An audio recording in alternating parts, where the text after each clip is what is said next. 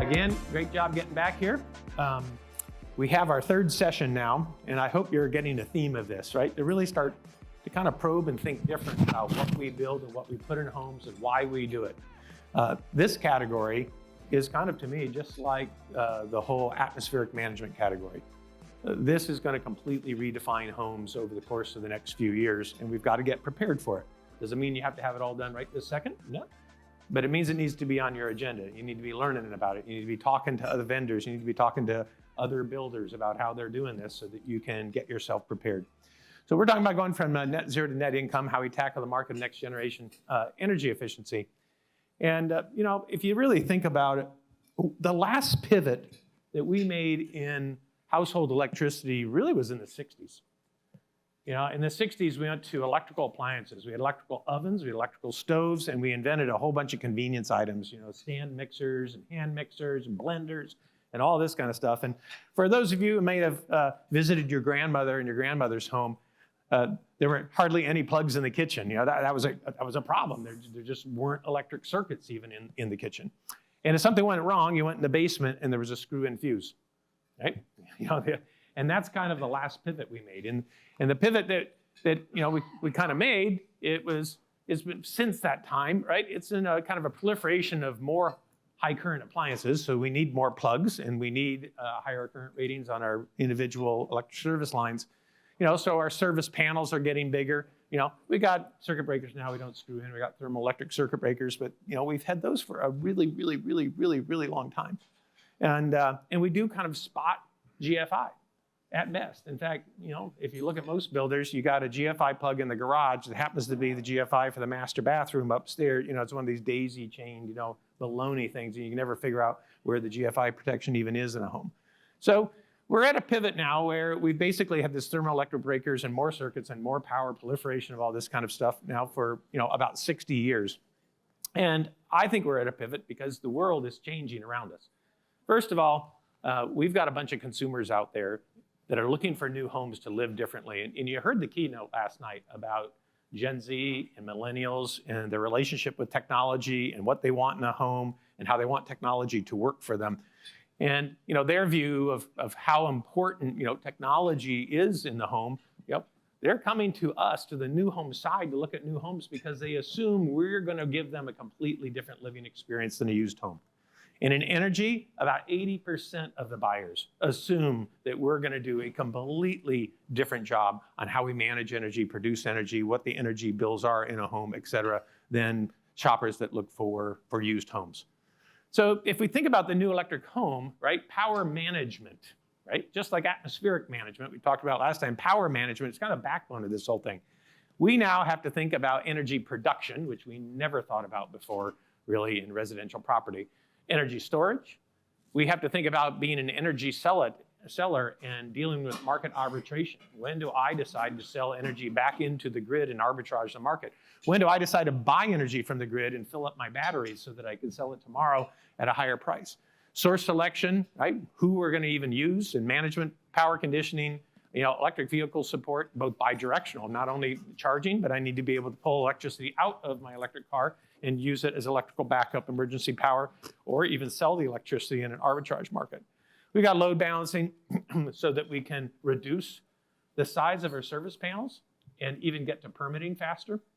You know, this is a really interesting kind of new frontier in our service panels where we can diminish the size of the service panels and the breakers can actually work smartly and know when your dryer's on, we're going to actually bring down the service requirements of the other circuit breakers so that we won't overwhelm the service that we have. And you know, we got electrification, all kinds of regulations going on there. We got ubiquitous safety, power conditioning, probably is a better word for that, right? And regulatory compliance. Now, the good news of all this is if we had had this discussion 5 years ago, it's a tough discussion. Look, I've had a net zero home for 20 years, but I will tell you, I was essentially the system architect of the home. You know, I mean, you just couldn't find anybody to actually put it together for you, install it. You could find somebody that would sell panels. You could find somebody who would do this. You could find somebody who would do that. But it was really hard pulling this stuff together. But today we've got, you know, really well capitalized suppliers out there with really highly developed and vetted products in the marketplace. So that we now need to understand what these products are, what they can do, how they come together from system, and they have systems technology that can help us. They can help us actually design these systems. And what we'll walk away with is not a wish list. We'll actually walk away with a blueprint that will show all the devices, how they work, how they interconnect, and we can then give that to the trades and build that stuff. You know, Savant, you're going to hear from, they have a myriad of, I love this. Everybody knows who Savant is, right? Incredible marketing company, incredible consumer interfaces for consumer products, right? They've moved from the entertainment side of the world now, which was exclusive 10 years ago, right? Into complete home automation and control. And my big bug with them now is let's get them into the atmospheric management side of this business. And let's get you talking about how we're going to do the air too, because in the end, we don't want 40 apps on our phone. We want one, and we want it to be intuitive and beautiful and really easy, and we want the system to actually do most of the thinking for us, and we don't want actually to interact with it all that often. Now, all of this is actually starting to have real and profound impact. I just happened to see this article a couple days ago. California, the last 37 or 45 days in California, California ran exclusively on sustainable energy, specifically solar power. They have 47 gigawatts of installed solar power. So, you can sit here and go, poo-poo, I'm not sure, who cares? What difference is this going to make when a country the size, a state the size of a country, right? California can start to run 100% on sustainable power. We're really starting to now look at a completely different grid and what it means. One of the big things that they just ran on, by the way, they had a record amount of stored energy used in the last week. So they're taking a bunch of solar that's not being used, they're pushing it in batteries, and then they're using those batteries overnight and in other peak conditions. The other thing that is beginning to happen is the economics of owning a home become the economics of an energy operator. I live in Austin, Texas, and in Austin, Texas, Tesla and Tesla Powerwall has an energy management option. So you can go in and say, I'll opt in and you automatically sell my energy out of my Powerwall whenever it makes sense. Those are screenshots from last summer when homeowners in Austin were making $150 a day off of their power. So you start thinking about the economics of home ownership now. If you can sell a home that says, look, your home, peak summer, you're going to get $150 a day in income from your home, it changes the economics of home ownership. They now have the money to spend to buy all the other great things that we're going to put in the home to make them spectacular. So it's all beginning to kind of make a big difference. We've got three completely different kind of takes at this, okay? You don't all good looking. All incredibly beautiful or handsome, but we have three completely different takes of this. We got Ben Millar from Jinko Solar. He's going to kind of talk about what they do and how they help builders design systems and the new technologies that you've launched in the last few years for kind of a complete system, energy system. We've got Angela Larson from Savant, who's going to talk about the controls and how they bring all this together. And you also, as Savant, actually sell some of these products now, actually gone in the hardware side of that business. And then we're going to end up with Kenny. And Kenny's from IE Construction. Really you grew up in California with the whole regulatory environment.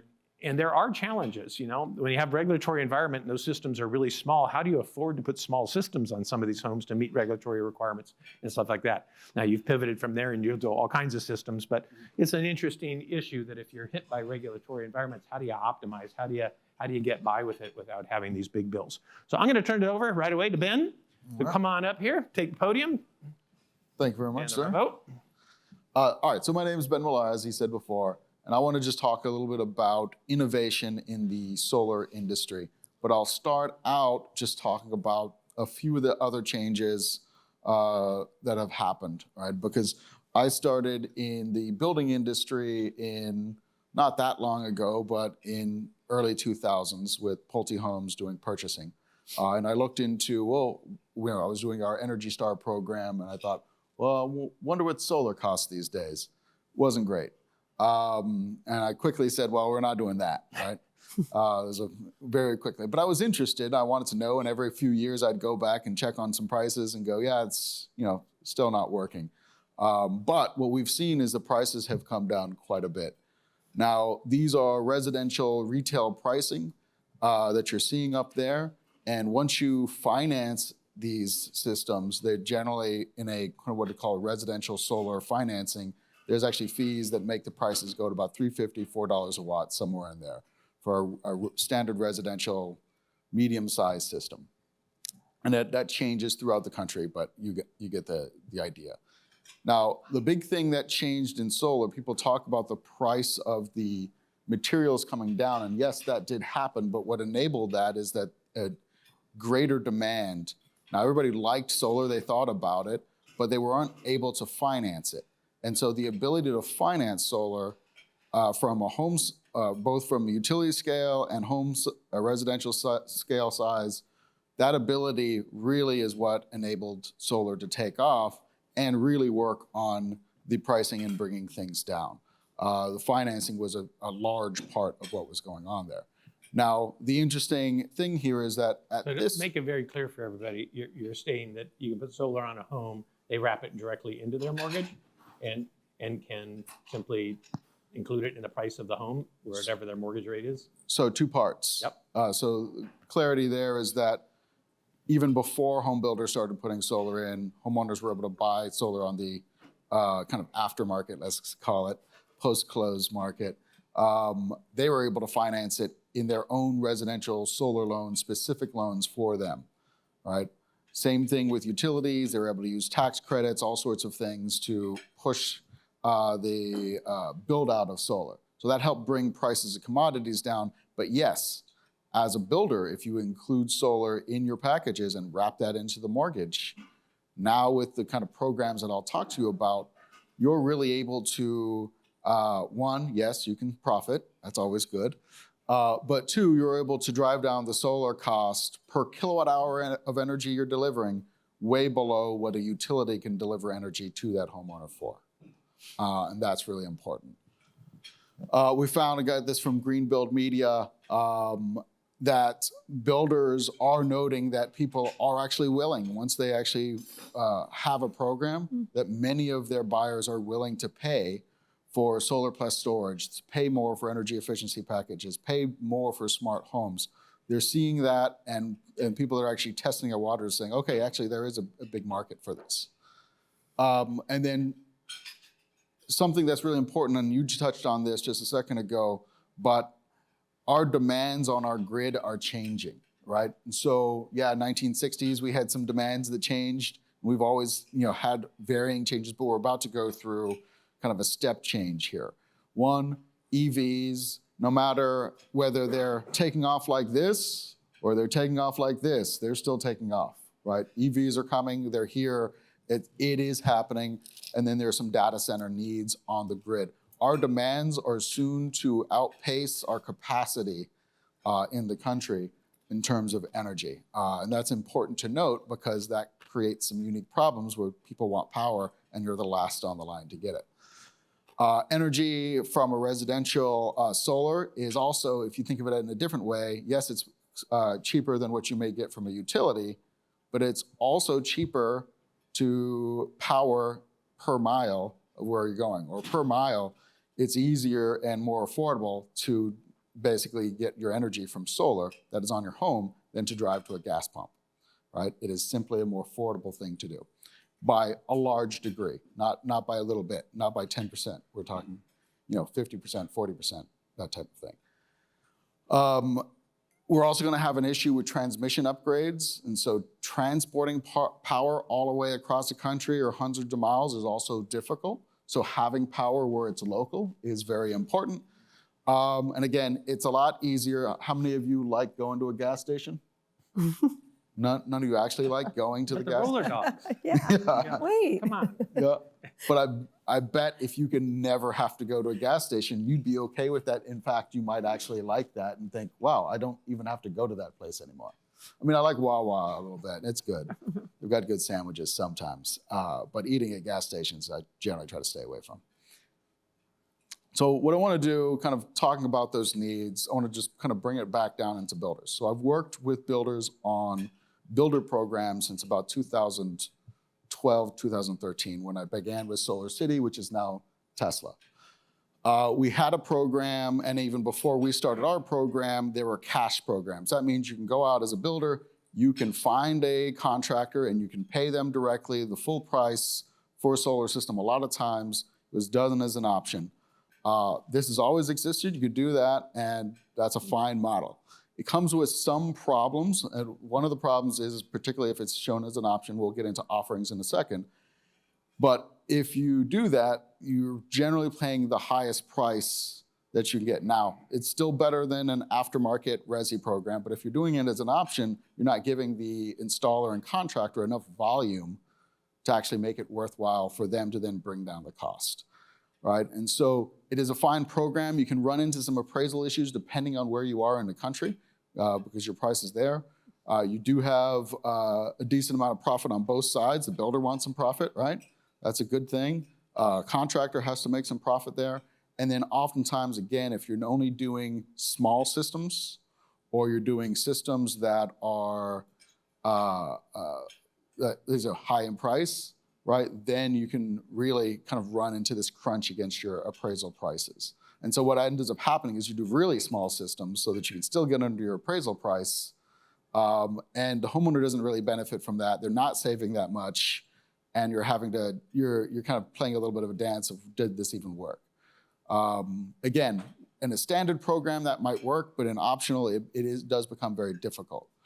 What we came up with in Solar City was a prepaid lease, and this was us leasing the system to the homeowner through the builder, but doing it prepaid. So the builder would pay an upfront sum that pays off all the lease payments, discounted back. This was a fairly low price. It worked out really well. We did this with Shea Homes Trilogy in Orlando. Every home was a net zero home. The price was right for them. They had to figure out things in the closing of how they would do this, make this lease payment work while they sold this home. They were able to figure it out. They were able to get 6, 7, 8 kW systems on, which are general decent sized systems. And again, a lot of their homes were net zero homes. This is a 55 and up community, right? And what turns out, 55 and up communities, if you're retiring, you have a set amount of money that you have to spend. You want to spend it today and not have to worry about ever being priced out of your home because utility rates went up. And so it worked really well for that group. Again, a little bit of issues on the kind of appraisal and complication of the sale with the fact that there was a lease there. They were dedicated and were able to overcome that, an easily overcomable problem, but that is a program that's there. The only issue with sometimes on prepaid leases is that it's hard to find a lease provider that wants to do it. They only have a certain amount of capital allocated to do those types of programs. The next program is more prevalent today, which is called a zero down lease. Or essentially it's a lease that the home buyer pays for throughout time. The lease payment is often lower than what they would buy, lower than what they would have to pay to a utility for the energy that they're getting from their system, right? And usually offers a 5-10% savings. Sometimes it has an escalator, so it actually increases over time. It is a good program for a builder because they don't have to pay anything up front, right? They just say, hey, come and install, we'll get you this system. The home buyer has a leased system. They don't necessarily own that system, but they can later on decide to pay a certain amount to pay it off later on if they want to. And they don't get as much savings, but again, you get to say that, hey, we're offering you a solar system with this zero down lease and it didn't cost you anything. And that's kind of nice, and more solar is usually a good thing. So now I've worked in solar with different companies, with finance companies, as an installer for a while, and now I work with a manufacturer. And so now I wanted to build a manufacturer program for solar. And I haven't seen anybody do this. And so essentially I kind of went back to my days working at Pulte Homes and thought, well, what did we do with other manufacturers? Well, we had a manufacturer's rebate. We had a national program with them, or we had a local program where we said, this is what we're going to buy. We buy this much, we get a rebate. And so what we've created is a rebate program that can be done. Rebate goes to the builder for each system, and proper pricing or better pricing for the installer that either we help the builder pick, or the builder already has somebody they're working with, or the builder was approached by an installer to bring them the program. but we have special pricing for that group as well. So it maintains the prices low. And the reason that we still, instead of selling directly to the builder, is most builders don't want to be in control of the system, getting to the site and make sure they're managing anybody stealing it or anything like that. That's usually really good for the contractor to do. And we've given this special pricing, which keeps the pricing down quite a bit. So that's kind of different finance methodologies that have been used in order to get solar onto homes. And whenever we have builders think about solar, a lot of times, the reason I'm telling you this is that a lot of times they'll say, I don't even know how we would make this work, right?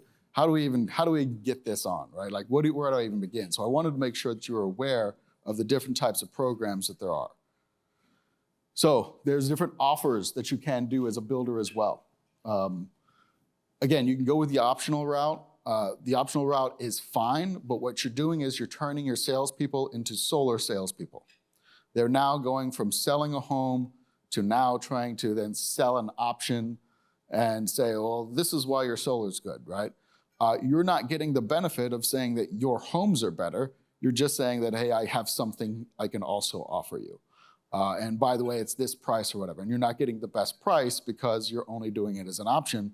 And builder option prices are not the same as your general margins, right? You got a general margin for a home you sell, it might be in the 20% realm. If you're doing an option, you might be 40 to 80% or more. So now that cost of energy from that option system is way up. And it makes it really difficult to then make that value proposition to a home buyer through that option. So a lot of times people will go with an option program, and then a year or two later they say, well, this didn't work. Solar obviously doesn't work for us, right? And so there's a reason for that sometimes. You can then go with a small standard system with an optional upgrade. Again, this is a good program. This works for a lot of people. A lot of people have done this in California where they were required to do solar. And so they said, well, I guess if I'm required, give me the smallest amount I can do, and then I'll upgrade from there, right? That's okay, I get it. I know where that's at, right? As a kind of a procurement guy from being in a builder before, I understand like, hey, we gotta keep our house costs down. That's my job, keep house costs down, right? If you're thinking from that mindset, then this makes a lot of sense. And sometimes you're just like, hey, I've got other things I'm trying to think about. With that being said, because you're doing a small system, your cost per watt, which is kind of how we size a solar system, is usually higher for that small system size, right? Because it's so small. You're not getting the benefit of kind of spreading out the flat costs across a greater size system. And so now you've got these kind of high price for a small system, and you're not doing that much for your homeowner.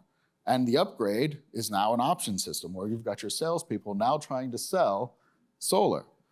And turns out they're not that great at it. I mean, I've trained a lot of home builder. That was my job, training salespeople. And they were able to upgrade it every once in a while. But their focus is selling the house. And that's what their focus probably should be because they're working for a builder, right? And what you want them to do is sell an amazing house, not sell a house. And by the way, there's some other amazing stuff over here, right? With a post-close program, you can make your home solar ready, which, by the way, there are tax credits for that. I think it's a $2,500 tax credit or rebate for that. And then you can have a solar contractor or their salespeople, or maybe even your salespeople say, hey, you can get this solar after we've built the home. They'll come back and install it, and you get a referral fee for that. That works out all right, but then again, it complicates things a little bit. And then you may not be in as much control of where the system's going to go, what it looks like. Again, something that you can offer, you can say our homes are solar ready. And by the way, if you're interested in that, we can get you a discussion. So, hey, you make a little bit of referral money, and you can kind of see what works. Again, beneficial. You're not really giving your homeowner what they want if you know that they end up buying it afterwards, right?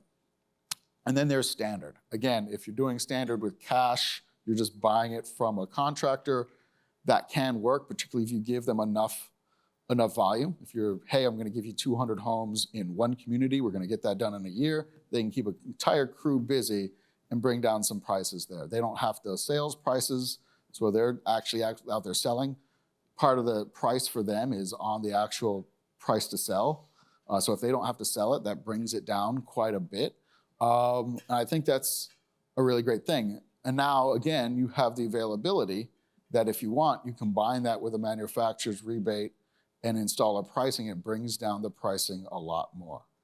All right? Now you're able to actually deliver real value, and you'll end up being quite a bit better off. And so just kind of going through that manufacturing rebate and pricing, rebate goes to the builder. Materials are kind of bought and handled by the installer from a distributor. They get specialized pricing from the manufacturer, negotiated out with the builder, so the builder knows kind of where things are at. The builder allocates roof space and has an electrician run conduit up to the attic from where the electric panels are, and your design can be done with the manufacturer. That'd be Jinko. We can just help you with that. It's pretty easy to do. If you're master planning your community, you know your different types of elevations, you know your different types of homes. We generally just create standard designs, and I've done 1,000 of them, and so our team can get that done and make that look pretty for you. Again, you want to control the look of your homes. How many of you guys have communities? Well, I want to ask that. I know some of you have communities that you've seen, or at least that you've seen, where they've started their community, they've 10 houses in, homeowners started putting solar in, and they didn't care about how it looked, where it went, what the design criteria was, and then the next homeowner, completely different system, things look all different. You just spent hours and hours designing the look of your community, and you want to be able to control that, right? So in this kind of standard type of program, we design all of that with the look of your community in mind and standardizing what those looks are. Engineering can be completed with the installer. Most installers work directly with a local engineering firm. It's an easy thing to do once we have the designs there. Permitting, again, by the installer. They can do a master permit if it's standard. And your marketing messaging, which is really important, is no longer we have a home plus some solar. Isn't that great? It's we have a smart home. We have a home that lives better. We have a home that has the lowest total cost to own. We have a home that will meet your needs, whether today because you have an EV or a future. We have a home that has all these features, but it's about the home itself. It's bringing value to the home and making the home the star versus just the features the star, right? You don't necessarily go, hey, we have a home with really strong lumber, right? Like they think that's already there, right? So you say, hey, we have a home that will provide you all the needs that you are actually interested in and do all these cool things and enable you to live in a way that's going to be more beneficial for you. You're not going to have to go because we've got an EV charger. You don't have to go actually to the gas station anymore. Right. It's right there for you. Right. Ben, let's leave some of that for some of the Q&A at the end. Oh, that last piece you saw, the price that you essentially can provide, I don't know how to go back on here. The price that you can essentially achieve here as a builder price is going to be 50 to 60% less than what you might see at retail and could potentially be lower depending on what you're at there as well. The last piece is forward thinking. A lot of people are thinking about resilience, particularly as the grid kind of strains under the demands that there are there. So they want to make sure that they are independent, have storage for themselves. Again, you can say that our homes, we've seen this before from homes with storage. Our homes didn't lose power last year when X happened, right? That becomes a pretty strong testimonial for everyone. And then one last future piece here would be that you can also then start taking part, just as the homeowner can, you can take part in the demand response programs and virtual power plant programs that utilities provide, where they're saying, we need energy at a certain time. If you're storing it, can we have it? Well, if you've got an area in your community that you've got a larger scale storage system that you can store excess power in, you can now meet demands from a utility when they say, hey, we need this extra energy, or we need to island you, or we need this, right? Now you can actually start making money there. And so that's something that you want to do a lot with a lot of forward planning, but it's something to think about that you can say, hey, we're becoming locally more resilient and locally more independent, and a help to our neighbor communities. With that, right. that's what I got. Angela, some Savant. All right. Jump up there, girl. Jump up there. Okay. Well, we'll talk a little bit, touch on a lot of what Ben said, and just kind of try to tie it all together as we think about this. So, Nope. I'm just going to keep You'll going? get there. Okay. There we go. Okay. There you are, see? All right. So I thought what I'd start with is just a basic, like, you're hearing terms like smart power, smart energy, all these kinds of terms out there. And I thought I'd start with the basic, what is it and why do you care about it as we're standing here today, and how can you think about it for your businesses, right? So we'll talk kind of at a high level of what and why smart power. So let's start with why, right? As we all kind of stand here today, I think we all have a basic understanding that the power landscape has changed pretty dramatically, right? And one of the things that's changed, if you take nothing else away from what I say, one of the things that's changed is homeowners have a choice for their power sources today.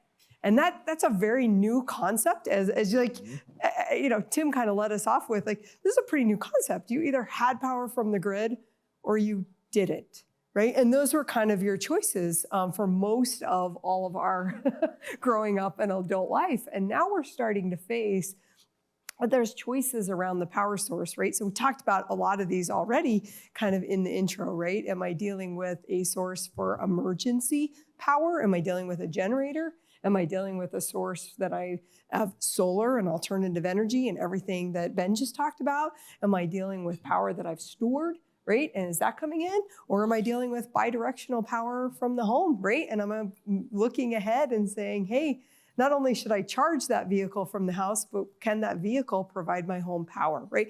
All of a sudden, what matters here is that homeowners have choice, okay? And what's great about choice is the ability to do all these kinds of things. Now I can control costs. I can do all the great things that Ben talked about.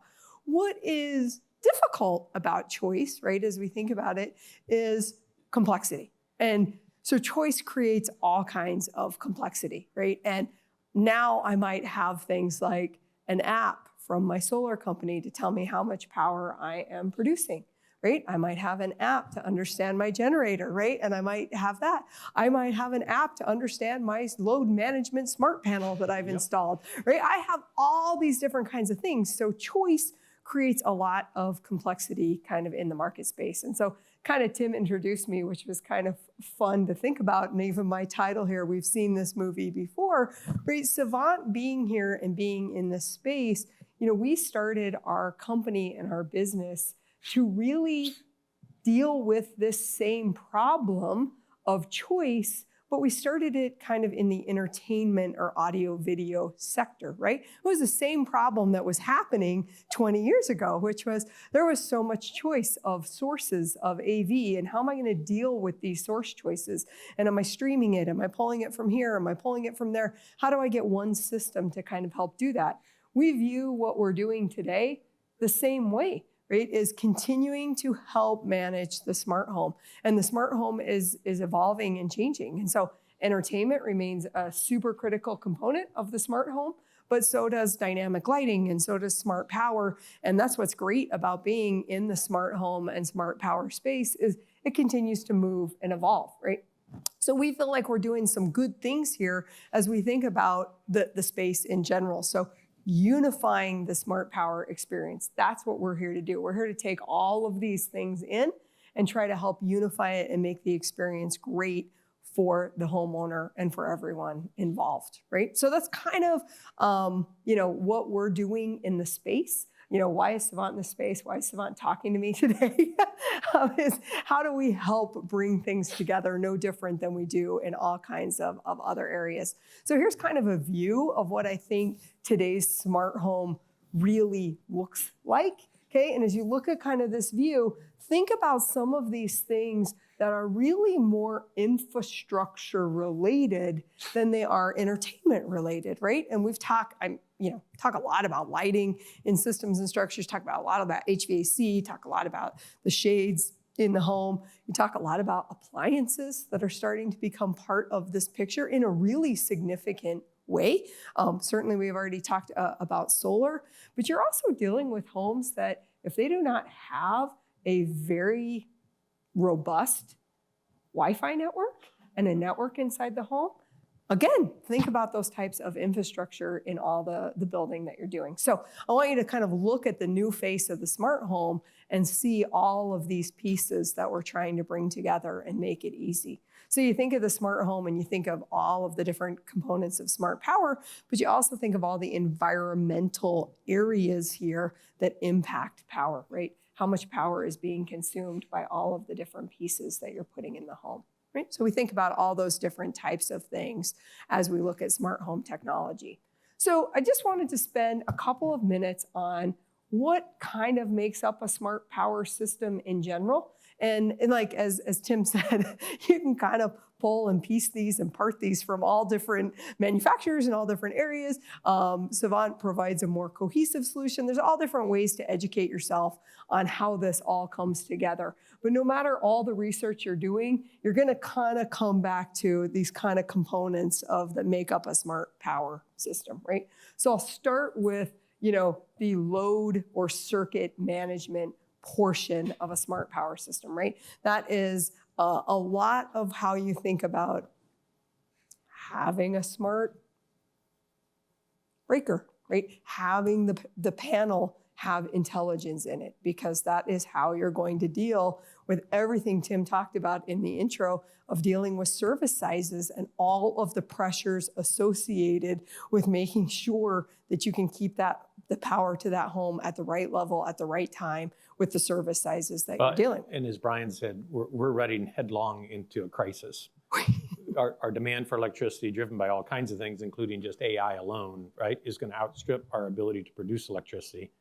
Right. And that's going to put a huge pressure on local municipalities of what am I going to permit for new home construction? What is the service panel size I'm going to allow you to even put in?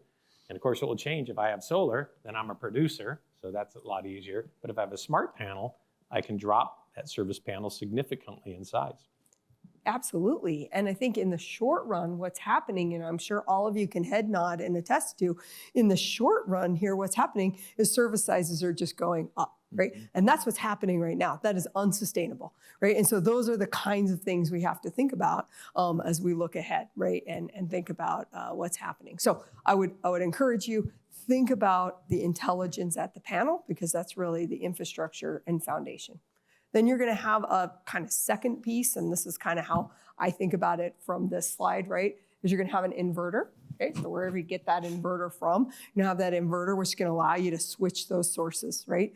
I'm not going to give you a real technical definition of what it is, but just think about the ability to be able to, that inverter's the magic box, allowing you to switch all those different sources, okay? You're going to have the battery stack or some kind of battery storage piece into the system. And then finally, you're likely going to have your EV components, right? Right now, most of your EV pieces are designed to take the power or electricity from the home and power the car, but we're not going to be very long in technology before that's more bidirectional and being able to deal with that. So this is going to become an important component of every home that you're building as we look ahead, right? So these are kind of, at least as I think about it, think about these 4 components as you're doing your homework and your research and you're trying to understand this category.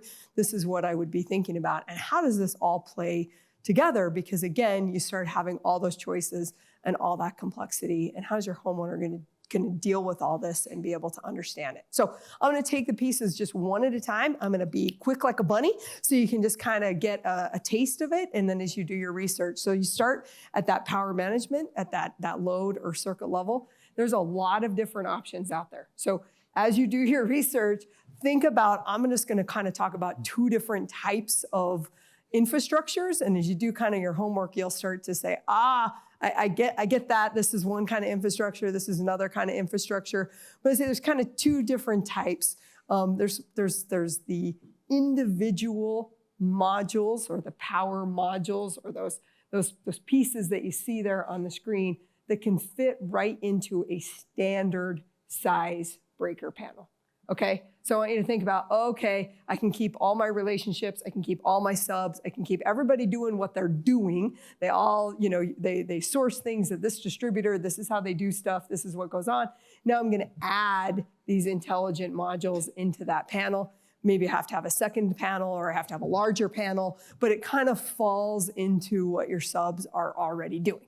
And so you think about that, that's one option as you do this. And you'll look at all the different compatibilities and say, okay, is this compatible with what I'm installing and what my sub choices are? So that's one way to think about intelligent load panels. The other way is a full panel replacement. So instead of using kind of my standardization, I'm gonna go to a full smart panel and I'm gonna do that, in its entirety, right? So that's kind of the two things that you can think about. There's kind of pros and cons. I kind of like Ben's slides where he had the pros and the cons, right? There's kind of pros and cons of both as you think about that. But the things to think about as you're getting educated is how does this scale, right? As I do something like that panel on the right and I say I'm gonna do this in its entirety, well, wait, does that scale for a 200 amp service and a 400 amp service? And how does it scale? And are those things connected or does that act like individual services? And how do I think about that, right? So different things are gonna be important to you based on what you're building and what your homes are like, but these are some of the things to kind of think about as you go through this. So that's the load circuit. I think the flexibility here, there's been a lot of noise around smart panels here for several years. But from a builder perspective, that means I've got to get my trades to switch brands. They're not wired the same. There's the whole process is very different, right? And I'm not saying you shouldn't do that, but that's a big pivot. Whereas just deciding, to put in a different breaker in any one of those panels, which is what the flexibility that you offer, I think it's really a neat, easy step to step into the smart panel world. It's an easy step, and I'm talking about big scale, right? Which I said, service size, 400 amp, 600 size. But I like Tim's perspective, which is also small scale, which is, what I'm going to do? I'm going to do this for my 6 or 8 main use circuits, and that's an easy jump in the water, right? That's easy toe dip. That's a great way to get yourself and your homes marketed, which I think was part of the title of this, is how do I market my homes as headed in this direction? So hey, we all know that most of the power used in the home is coming from a small number of circuits, and I can kind of get that in. So scalability, both up and down, I think is super important. We already talked a little bit about the EV platform and what you're gonna need to do there today and what you're gonna need to watch out for tomorrow, right? Because that's gonna continue to evolve in pretty significant ways as you look ahead. I think you also look at kind of that third piece, and I'm sorry, scalable energy storage. And it looks like we got a mess of slide here, so sorry about that. But as you look at kind of that scalable storage, right? How much do you want to store, right? Are you looking at storage for a small portion of the home? Like you said it really great, Ben, which is, are you looking for just partial battery because you want to be in that space and you just want to have a partial battery solution? Or are you saying, no matter what happens in the world, my homeowner wants to be able to run this home as if it had full power, right? So whole home energy storage versus partial, I would get yourself smart on those two options and what that means to you and to the homeowner as we look at this. So now we went from giant text to super, super tiny eyesight text here as we look at this. But I think this, we're just having extreme, it's like an eye test chart here on our slides. But I would think about those couple of things, right? Are you just looking to say, okay, in some kind of outage or something, they can still have a power? A life circuit. Absolutely. A few key circuits that stay alive. Absolutely. And Tim said it really, really great. The key to partial backup is that load management, right? And now I can say, okay, I understand all of the loads and circuits in this home. How many can I power off of this battery backup? And that's really the magic associated with everything that's coming together. These service size conversations, how much battery storage do I have? All of that comes together because of that intelligence side on the load panel, okay? Or same with whole home, right? As you look at that. The other kind of comments I would make, just put this in the spirit of power education, is you're probably going to hear a lot, maybe from technology integrators or people that come in and do the home.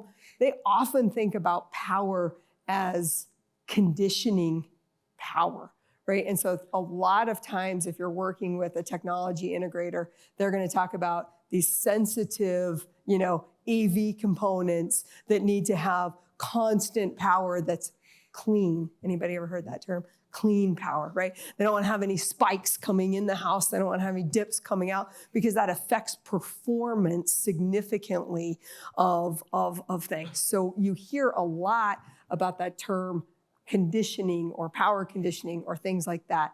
That in and of itself is very important. And as you look at the solutions coming out of Jinko, coming out of Savant, coming out of all different places, you also need to understand that we will make sure and help you deal with those spikes. How will we help you deal with it? You detect those spikes in power, we'll move the home onto battery. Comes back into stability, we'll go back to the grid. These are all the kinds of automated things that you can deliver to your homeowner. And what does that mean? Oh my gosh, now the equipment has consistent performance and I don't have all of those complaints of, I spent all this money and now XYZ is not working right. Well, right, because we just dealt with this crazy power spike that affected all of this. So this is another, I don't want to call it a side benefit, but it's another area to think about as you think about how can these kinds of components also solve the clean power story. And so I'll just touch on that there's a lot of different kinds of power solutions as you think about this.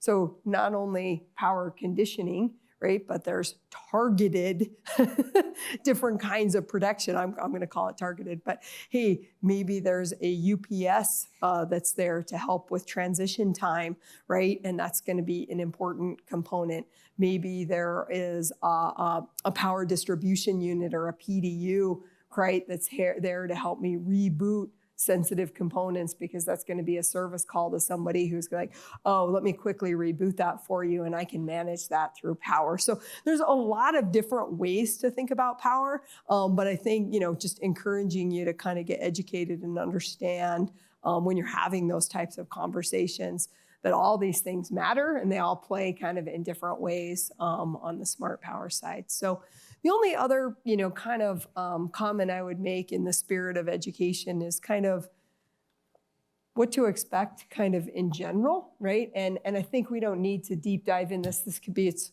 whole conversation in itself as to what to expect when you're adding these to your homes. But definitely expect kind of that overall project management component and what does it mean? And I think, Ben did a really great job of what it means to, deal with utilities and permitting and local engineering and all those kinds of pieces. So I think understand what to expect of what this adds to your build cycle and your construction is just important to get educated on. So we made it through with some funky slide formatting there, right. But we'll kind of put you in the driver's seat here. Library and move quick. All right. Take it away. So first and foremost, thanks for having me up here. This is awesome to be in Nashville. Yes. Unless last night was your first night in Nashville and now you're up here regretting to do this. So hopefully everybody had a good lunch. As you can see, there's a lot of smart people doing a lot of cool things in our sector. And now how do we tie it all together? How do we make it worth your while to care about any of that? And, one thing that, all of us up here can probably say is you've probably talked to the wrong person almost every single time when trying to figure this out. But now there's people that are actually pretty smart at this and have thought of all of the things that you guys have heard to bring this all together. And not only that, there are people like us who focus specifically on making sure it's not a headache for you guys. So that's going to be my focus here. So we'll get started. First thing, finding a better way. I think that's the overarching theme here is how do we make it a cleaner, more sustainable future in our homes and make them stand out compared to the older home or the boring home, I guess you could say. One thing is Boring. very important. Outdated grids right now. We've talked about that a few times. The grid's completely outdated. So making your homes look really cool and adding energy storage and solar is really cool, but the biggest component is the grid is completely outdated, and that rises costs. So not only can you make your house look cool, but you can also help benefit the grid, which will keep costs more sustainable. That's the goal of solar and storage, I think. So, but with that, as we have been talking about, comes the challenge of figuring out a solution that makes sense for your business model and really understanding how to get all of that into the home and who's gonna do that. Three main problems that we have found so far as we've ventured into this with the builders is there's a massive lack of education in helping you monetize solar and storage. Ineffective sales implementation and strategies. As we were saying, you have to possibly train your sales staff how to sell solar, and or you have to listen to the wrong guy tell you the right price, and it never works out well for you guys. And then knowing how to include solar and energy storage trade partners, that they exist now. So there's two massive differences in this industry right now, and one of them is like the new construction side, and the other one is the retro solar side. And we've touched on it a few times. The retro solar side is not the new construction side. They don't understand your business model. They just understand that they want to sell you solar and batteries and make money off of it, and then talk to your homeowner when they move in to try and sell them more solar and batteries. Well, and their cost of sales can be what, 30%? Yeah, absolutely. Right? No, so these are just the wrong, I was gonna add a fourth bullet to your thing. We got besieged with a bunch of aftermarket solar installing Absolutely. companies coming into the building space, trying to charge retail in a building environment and providing retail services in a building environment. It's a disaster. Yep. The pricing's wrong, you don't make margin, they don't know how to build, they don't understand build process and sequence, right? You know, all the things that, you know, you guys both talk about. So I think that's something we're fighting is a history of the wrong companies leading into the industry. Absolutely. And like I said, that's probably who you've talked to if you were interested in this in the last few years. You talked to a residential retro guy who has good intentions, right? We're all trying to sell solar, we're all trying to make money, but he just doesn't understand what matters to you. So that's kind of the overarching theme of what everyone's putting together is how to make it good for your business model. So as we continue to dissect the problems, as we were touching on, it's a completely different installation process than what like a residential retro guy would do. They're coming in after the fact, poking holes in the roof, running conduit down the side of the walls. We don't want to do any of that. We want to work with your trades and help them understand our process, get in as early as possible at plan set, help you guys understand where we're coming in. And then also, like, you never have to hear from us again. I think the big joke is we don't want to ever talk to our trades because if we do, there's a problem. Well, we believe in that also, and we don't want to be that problem. So just talk to us when we do a good job type of thing. So that's just a completely different process. And if you've had a retro guy go try and add solar to your homes, you've probably talked to them a lot. Different cost structure as we were touching on. It's a completely different cost structure. We are not here to sell you retail solar. We're here to help you make money off of the system and then not care about it afterwards. So I think that's the whole goal is when your homeowners move in, you don't want them calling you with all the problems. So if we have a cost structure that helps you win and helps them win, it helps alleviate a lot of those problems. And then different installation partners. Again, we are a different trade. We are a completely different trade than residential retro guys. As we continue on, overarching theme, when solar is done wrong, usually you get some sort of janky put together thing. You don't like your pricing, you don't like your solar guy. They're having problems with your roofer, they're having problems with your electrician. We don't want any of that. We want smart people doing smart things and then someone that understands how to put it together for you and then do that. So when done right, you get a good service, you get people that know what they're doing, you get a clean install on your brand new beautiful homes. And then Tim actually had the same slide. When people understand the technology that's actually being put together, as we're touching on here, it really helps you guys provide a really good service to the people buying your homes and then they understand what they're actually getting. So they can save money as they move in. They can, put all the cool things together and make it really intelligent. And there's apps and everything that help everyone understand what you're actually putting in the home that keeps people happy later on. Okay, so again, you guys have all been pitched by retro installers most of the time. Every time I talk to a new builder, they're like, yeah, we talked to a guy, we didn't like it. So they're giving you residential installation pricing. You're getting the wrong pricing. They typically have no idea how to blend your trades. They don't know how to talk to your electrician. They don't know how to talk to your roofer. They don't know how to help you guys and look at your plans to get it permitted and understand where things are going. And they usually believe that after they sell you solar, they can just go knock on that door and continue to sell the next person solar. We don't believe in any of that. So, and then again, your sales staff, if that's your business model in a model home, they have usually no education into what they're actually putting on that house, and that can be a massive sticking point. So, again, where do you guys start? Usually, you've also tried to talk to your roofer. There is roofing and solar companies out there. They do an amazing job. There's tons of them. But typically, your roofer is not your guy that wants to install solar. Your major electrician is also usually not the guy that wants to touch it. And the retro installer usually has no clue, again, how to work with the field team and other trades. Also, some of the things we've been talking about, we do a lot of business out of California. California has kind of been the first state where they're requiring prescriptive solar, which is what Ben was touching on. There is a prescriptive solar model where you have to put it on there no matter what. You have to start putting batteries on there no matter what on all new construction. We'll help you guys dissect that and understand the legislation and or understanding that business model. It's not a terrible thing to start with prescriptive solar, and then when someone moves in and uses their house, because we all use our houses differently, they can add on at any time past that point. But you've done your job, you've got them started, they have a smart home, they have renewable energy sources, it's all talking to each other, and you can help them get the tax credit, all the things. They get all the benefits with prescriptive solar sizes, and then they can add on in the future for sure.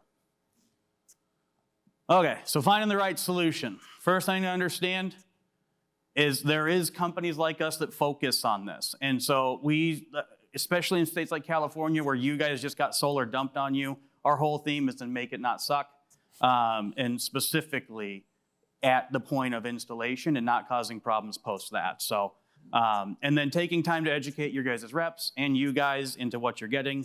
These guys have presented a lot of really cool stuff. Jinko is an amazing innovator in the market. Savant, it's in their name. They do genius work on everything they do. It's cool to see them in this industry. And then, they'll help you understand the technology. We'll help you understand how we install it. So, all right. So efficient trade partners to help you monetize the array and battery. The biggest thing is we don't want to slow down your construction process. And we want to help you guys make money off of the whole process. So don't slow you down. We know it costs you money.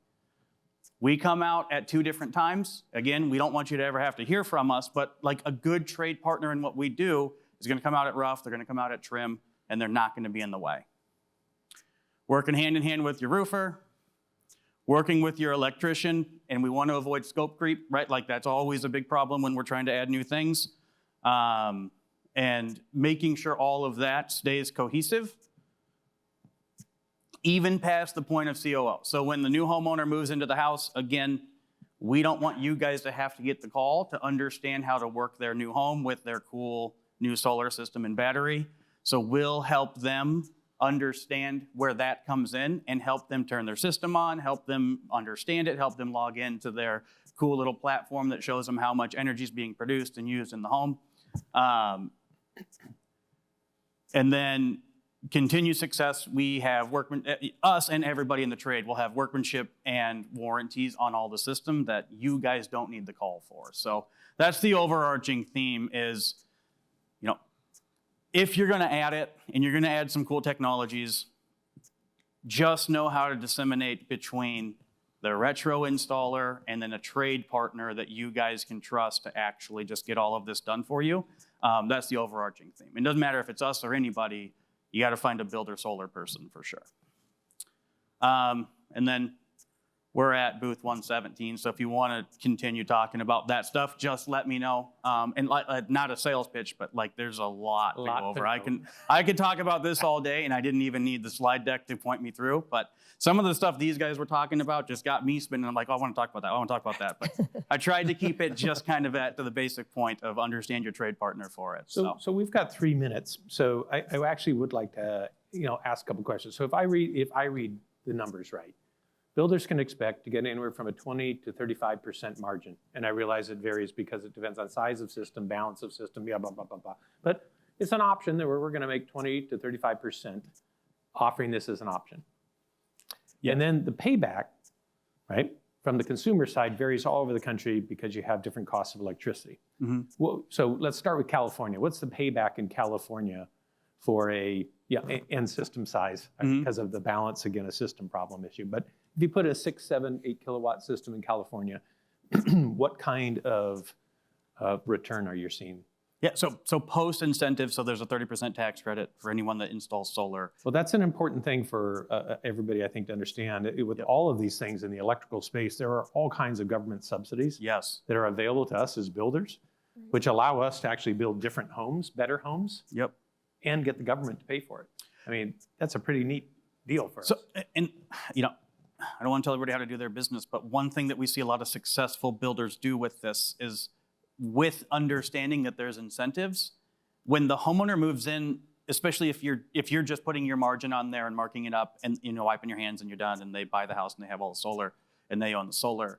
One thing that a lot of successful builders do is they find as many related things to installing solar as possible, and they throw that on the invoice. So, it helps alleviate the cost of adding more to your home by adding solar, and helps the person buying the home maintain or get back more of a credit that wasn't really just on the solar panels and the things in it. Like they add things to that invoice that are as related as possible to help them get a larger incentive back that helps pay for it faster. So right. We only got one question available because it is right on the money here for the audience. Anybody got a question out there? Oh, how did you become shy? Wow. That man, you're in carrot cake mental slump out here right now. All right. Well, once again, these folks came here. They gave their time to put a lot of thought into these presentations to try to help you understand an area that is going to be evolving for our industry. It is very complex. It's going to require us to completely rethink who we use, what we use, how we sell, what our home actually can do, the economics of home ownership. So I'd like to give all of you a round of applause for doing that. Thank you so much. Thank you.